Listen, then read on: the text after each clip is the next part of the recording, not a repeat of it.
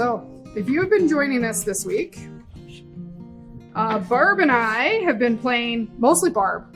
Let's be honest, this has been mostly a Barb project.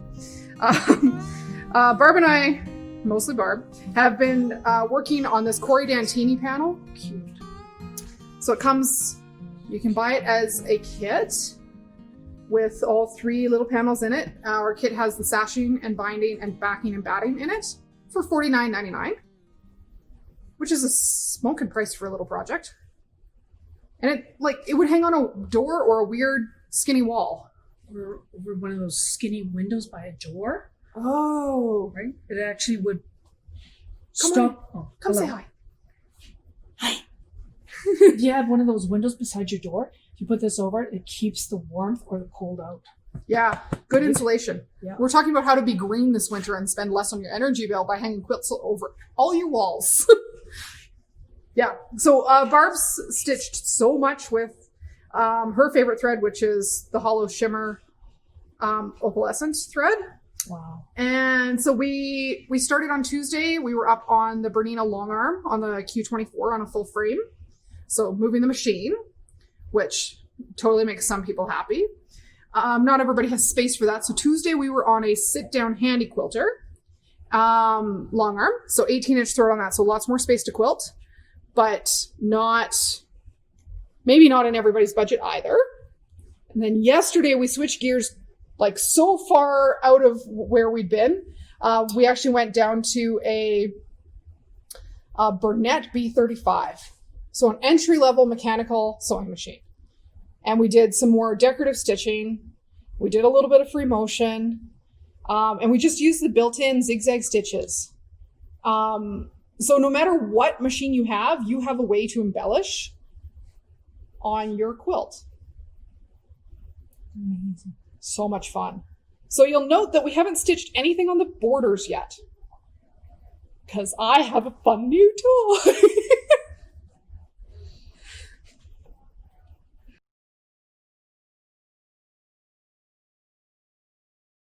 If I just wiggle it just enough, it shimmers, right? Mm-hmm. Yeah. So giggling the whole time helps. Yes. So we've quilted this all the ways where you're in control of where the fabric's going or where the stitch is going. Mm-hmm. So today we're going to change that up and we're going to talk about quilting in the embroidery hoop, or quilt broidery, as Brother's calling it, on their new machines. And I get to show off a really cool new hoop because it's magnetic. They like big, strong magnets. They're fun. We're going to use the measurements of the border fabric on here. And right now there's still a seam allowance where the binding on the back is going to wrap around over the front. So I'm going to take into account that I don't want that 1/4 inch quilted. And I'm just going to keep this measurement down to 2 inches, even though it is actually 2 1/4. But she's measured all the way around. So we are going to play on the new 10 needle Brother. So this is the PR 1055X. The new hoop that has come out for Brother for the multi-needle series is the magnetic sash frame hoop, which I've already installed on the machine. We might do a separate setup video because you guys just want to watch the quilting happen, I'm sure. And because we've been using metallic threads so far on this project, I've loaded 2 of my needles on here with golden green metallic thread because I thought that would be pretty. So there's no right answer here. There's lots of options. Okay, I am going to carefully lay my first bit of my quilt. I don't even have to get this super square. This is awesome. So I'm just laying the quilt borders kind of over the opening in the hoop right now. I have the big extension table on here. That feels like it's on.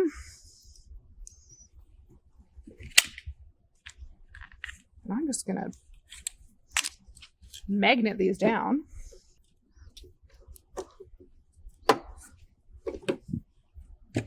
How many magnets do I have?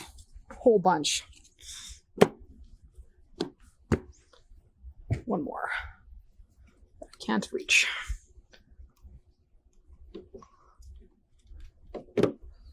Look at that. Okay. So in a matter of seconds, I got that hooped. stretching over the camera. Seems pretty easy so far, right? So on this PR, I've got my hoop loaded. I've got the first corner of my quilt sandwich up under the magnets and held in place. The magnets just like slipped on and tightened everything up, but not too tight. Like so far, very slick. So on screen here, the quilt embroidery that Brother's coming out with on their new machines. So the Luminaire 2 and this one, the PR1055, is set up to do a couple different things for you. So there's some built-in designs that have border type prints in them. And these can all be sized up and down. And you can tell the machine how big your project is. And it will tell you how many hoops it will take to go around your border. Or how many times you'll need to move to get this all lined up and working magically. So the design that Barb and I picked, because it's a team effort here, is this one. It looked like leaves that would be around at Christmas and maybe some holly and berries. That's the kind of feel it had to it. So on this next screen, you get to tell the machine the dimensions of your quilt sandwich, or the borders on your quilt, or the sashing that you're trying to get around. There's a whole bunch of different places where you could use this. Barb gave me information in inches, and as you can see on screen right now, it's all in millimeters. So I'm actually just going to switch what the setup is here, because you can tell your machine what units to use.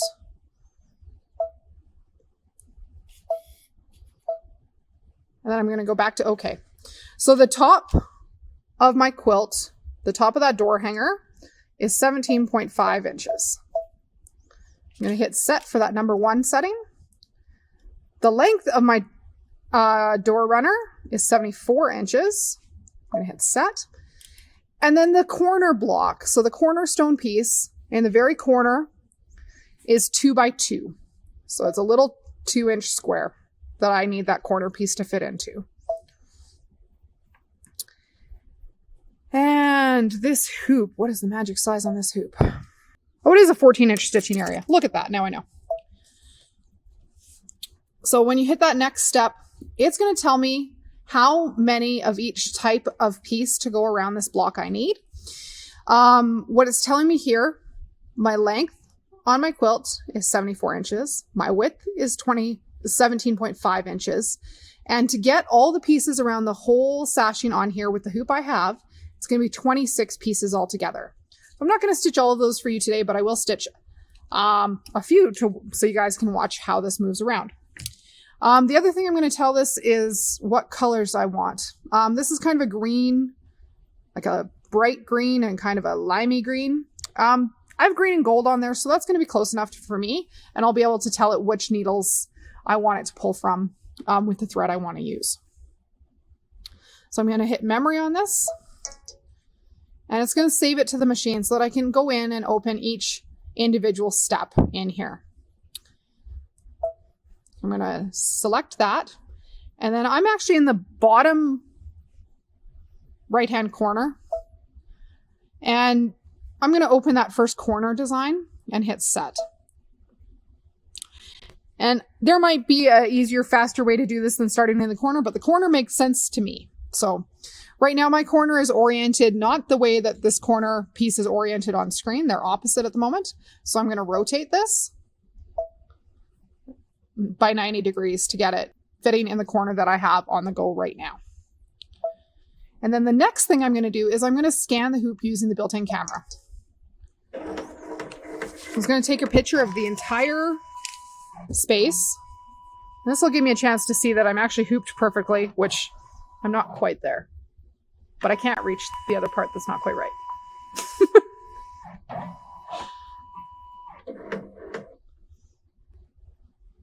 Now we have a big ripple. So I'm going to duck under one camera and see if I can fix that. I'm pretty happy with that. So just on screen, I can actually drag that piece to where I want it to land. I'm just moving that till it lands right on that border fabric where I would like it to be.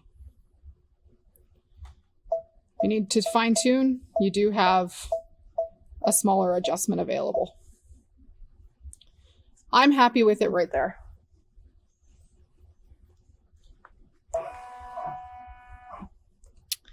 So the next thing I can do is tell it what threads I would like to use in this editing screen.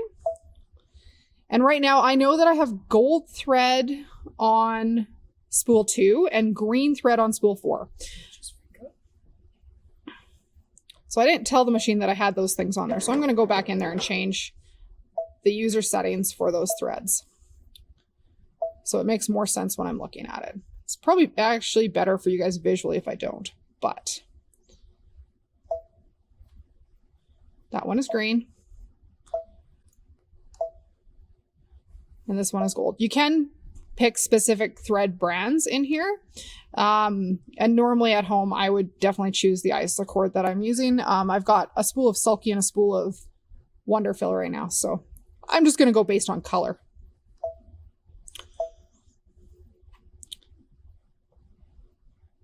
So in here, I would like the green parts to stitch in that lovely metallic green that I have on the machine. And I would like the other part to stitch in the metallic gold. So I can also zoom in just to do a final check and make sure things are going to be where I want them to be. You can hardly see where those green lines are landing. I'm going to go back and change the color.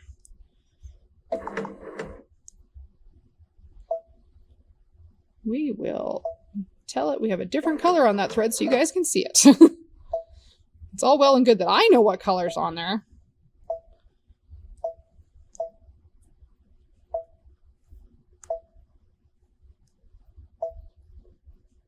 So when I zoom in, on screen, it's going to give me a visual as to where those stitches are landing in that corner.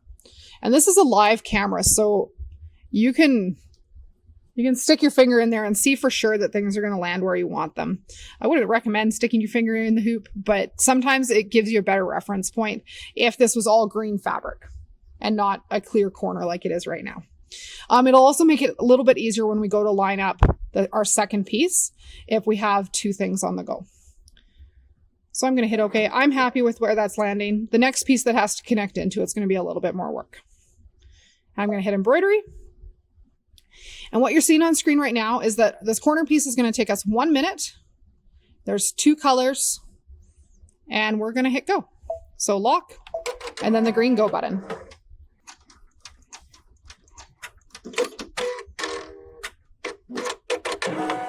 So first color's done and it will automatically move to the second color and start stitching. You're not standing there changing threads.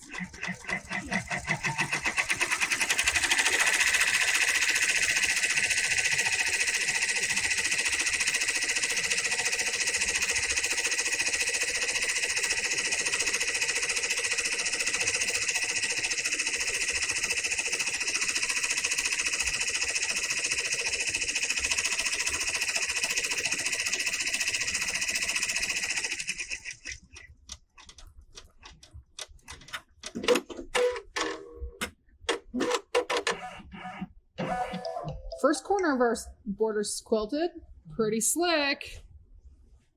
And it flashes and tells us that it's all done. So we're gonna go back to the screen here, and let's go find a second piece to add on to our border. And anything that you save to the machine is gonna be saved under the thing that looks like the machine. And there's that big file with all the multiple pieces. And I'm gonna go up the long side here, which I believe is one of these in this orientation. I didn't pay a whole lot of attention to which I can rotate all these things, so I'm not super concerned. And I think they'll all nestle together just fine. So again, I'm going to go into end edit. Based on how long this is, I don't think I have enough room left in my hoop, but I'm going to try without rehooping first. And I'm going to scan my hoop again. I might want to rotate this just a little bit because it looks like I'm not totally straight there. Oop, didn't like that.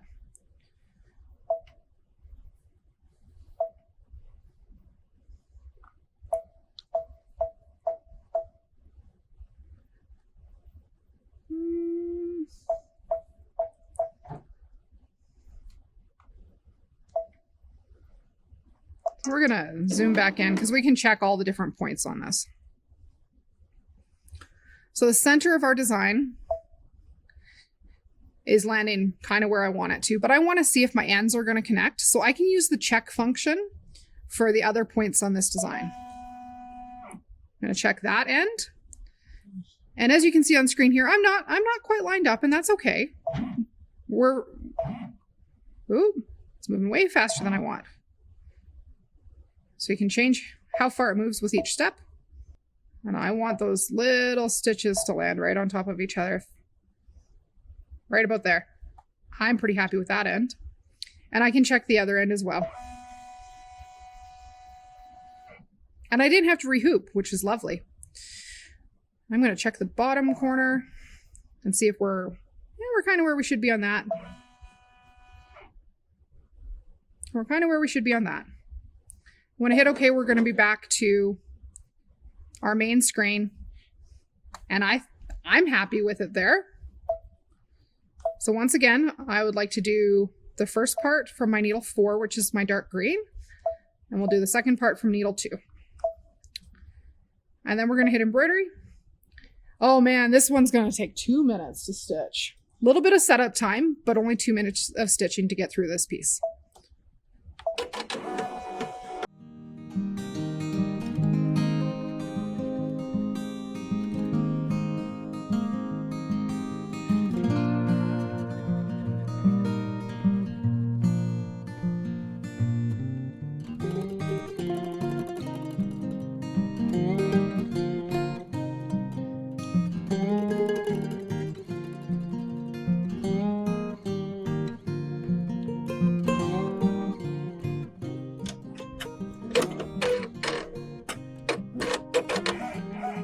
Okay, another section finished.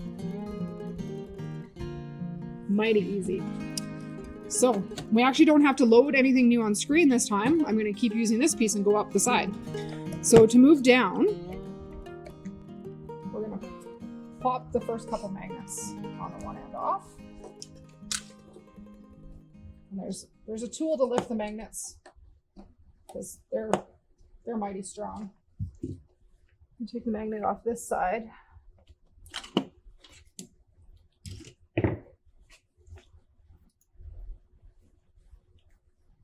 Theoretically,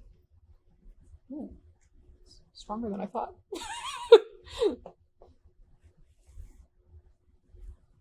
I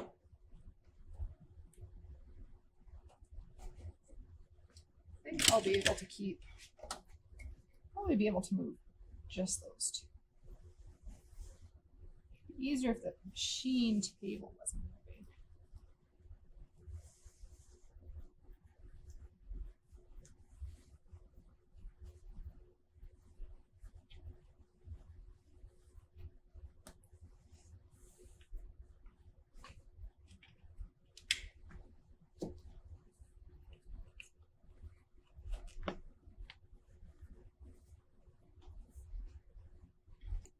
Rehooped in my next section in no time at all. And then mostly I just moved it straight down. So on screen, I should be able to just scan the hoop again and just nudge this design left or right a little bit to get it back attached to that first piece.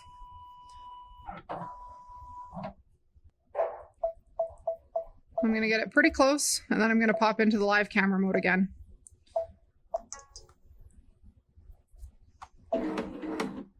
The live camera is my favorite thing about my 10 needle. I do all sorts of things with my live camera. And you can do this without a camera. It just takes a little more patience.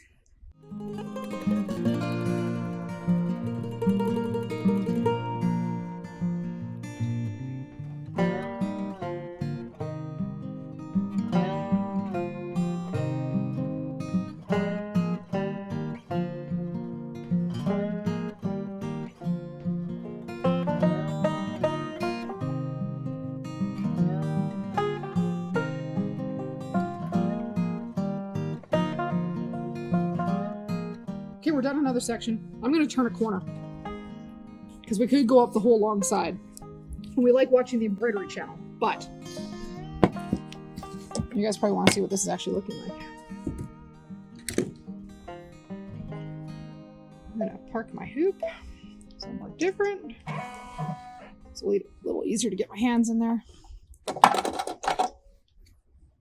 You don't need to change to a larger frame. You're confused.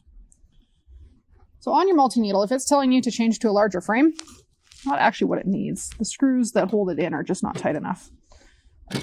Or you've bumped the magnetic sensor for... Oh no, I didn't. The screw loosened. So I've got lots of space on the end here.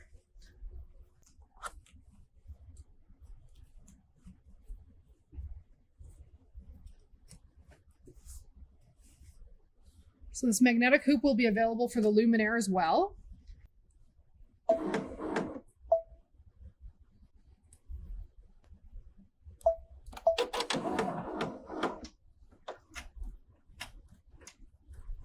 Bang on. Perfect.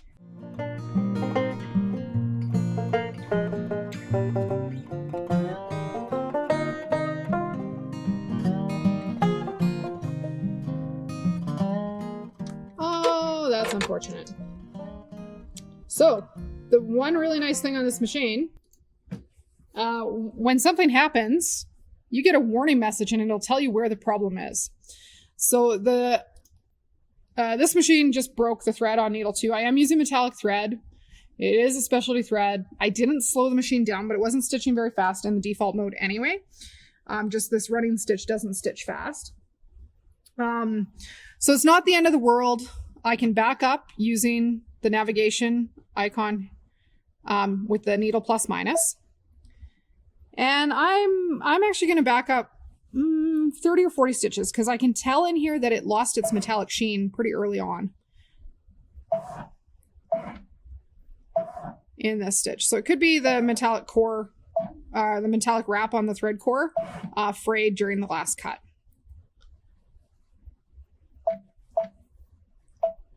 Or I can just select the beginning of this color by selecting it on screen.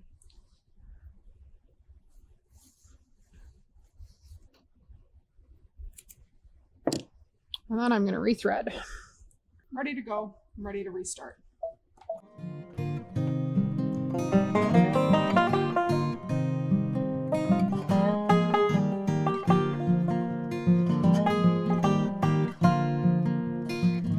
we're done another section. Pretty slick and easy. So I'm going to pop this off and let you guys see where we've got to so far. It's gorgeous. So sparkly. So sparkly. Pretty cool way to finish it. I like the green and gold. I was going to do it variegated. I'm really happy though. Very happy. So, thanks for joining us for our week of Christmas. Thanks. So, the other thing that's come out, if the PR 1055 interests you, there's a new playbook. So it's got step-by-step instructions of how to actually work through something like the quilt broidery where you're quilting in the hoop. It's cool. It's got instructions for how to add multiple patterns together if you want an all-over pattern. I played with this quilt broidery stuff just a little bit this week, and so far I am like over the moon impressed. Like it's pretty easy. Yeah. It also comes with a USB drive in it because you have exercises in the book. It's just like the playbook for the luminaire. Yeah. It has all the designs on here. So this would be a must-have if you have this machine. Yeah. And the luminaire too. Yes. Will have a playbook. It does have a playbook. I think it's the same one as the first one. Yep. Yeah. To get started. So that's some of the fun things you could do with like a wildly different machine than yesterday. Because you could do lots of decorative stitching with a basic machine. So don't be afraid to try if that's all you have right now. So I should let people go home because I've talked long enough for today. So be kind, be safe, be calm. Thank you so much for joining me again. We'll see you next time. Have a good weekend.